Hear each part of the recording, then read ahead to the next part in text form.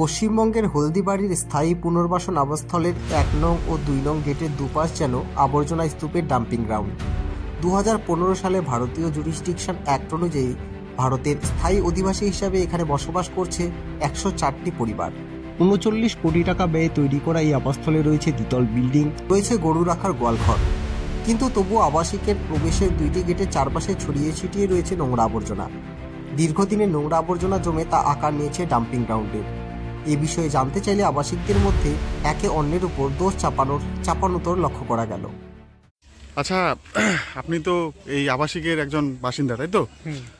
আপনারা কত বছর থেকে এখানে আছেন? 2015 সালে আসছি।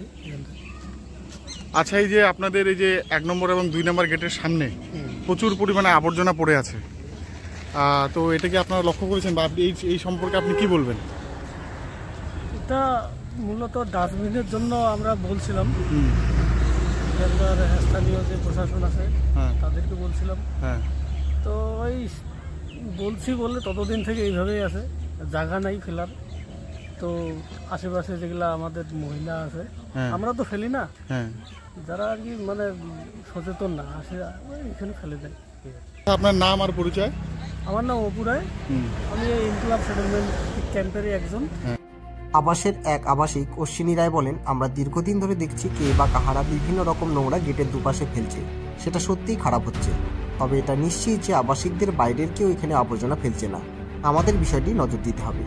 তবে আবর্জনা স্তূপ থেকে যে কোনো সময় যে সংক্রমণ ছড়িয়ে পড়তে পারে তার আশঙ্কার প্রহর গুনছেন অনেকেই। এটা তো মনে করেন যে আবর্জনাময় থাকাটা তো অসুখ বিসুখ হতে পারে। আচ্ছা, তাছাড়া আমরা বিডিও সাহেবের কাছে গেছি, আচ্ছা, ওনারাও তো আমাদের দেয় নাই।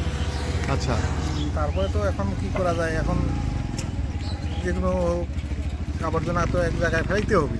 আচ্ছা, তারপরেও আমরা চাচ্ছি সরকারের কাছে যে একটা ডাস্টবিন আমাদের দিলে ভালো হয়। আচ্ছা, এটা কারা ফেলাচ্ছে? এটা আমাদের আবাসিকের লোকজন ফেলাইতেছে।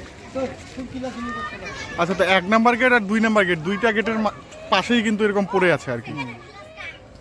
তো আপনারা বলেছেন প্রশাসনকে? প্রশাসনকে বলেছি। আচ্ছা, আপনারা নিজেরা কি সচেতন হচ্ছেন না? সচেতন এখন জায়গা নাই, তাছাড়া তো জাবরা তো আর যেখানে সেখানে ফেলা যায় না। আচ্ছা, এখানে একটা খালটাল আছে, ওই জায়গায় ফেলাইতেছি।